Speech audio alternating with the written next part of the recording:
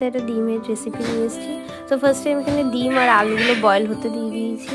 আর এদিকে আমি একটা পেস্ট বানিয়ে নেবো। তার জন্য লাগছে টমেটো, রসুন, পেঁয়াজ আর কাঁচা লঙ্কা। তোমরা যেরকম ঝাল খাও সেই অনুযায়ী তোমরা লঙ্কাটা দিও। তো আমি যেটুকু যে পরিমাণে ঝালটা খেতে পারি ততটুকুই দিয়েছি। আর এখানে আমি পেস্ট বানিয়ে নিয়েছি। আর এদিকে আলুগুলো সিদ্ধ হয়ে গেলে আমি সেটা তুলে নিয়ে যাচ্ছি। আর এখানে ডিমগুলো আমি ভেজে নিয়েছি নুন, হলুদ, লঙ্কার গুঁড়ো দিয়ে। আর এখানে আমি সয়াবিনটা অ্যাড করব। তোমরা চাইলে অ্যাড করতে পারো, না চাইলে টোটালি স্কিপ করো। তো আমি ফার্স্টেই সয়াবিনগুলোকে সিদ্ধ করে রেখে দিয়েছি। আর এখানে এখন গরম তেলে সয়াবিন আর আলুটা একসাথে ভেজে নিচ্ছি। তারপর আমি এখানে ওই পেস্টটা আগের থেকে করে রেখেছিলাম সেটা অ্যাড করে দেবো। তারপর কিছুক্ষণ কষে এখানে পরিমাণ নুন, হলুদ, লঙ্কার গুঁড়ো, জিরে গুঁড়ো অ্যাড করে নেব। লঙ্কার গুঁড়ো তোমরা নিজেদের পরিমাণ মতো অ্যাড করো, চাইলে নাও করতে পারো, শুধু কাঁচা লঙ্কা দিয়েও করতে পারো। লাস্টে একটু গরম মশলা গুঁড়ো অ্যাড করে নিলাম। তারপর পরিমাণ মতো জল দিয়ে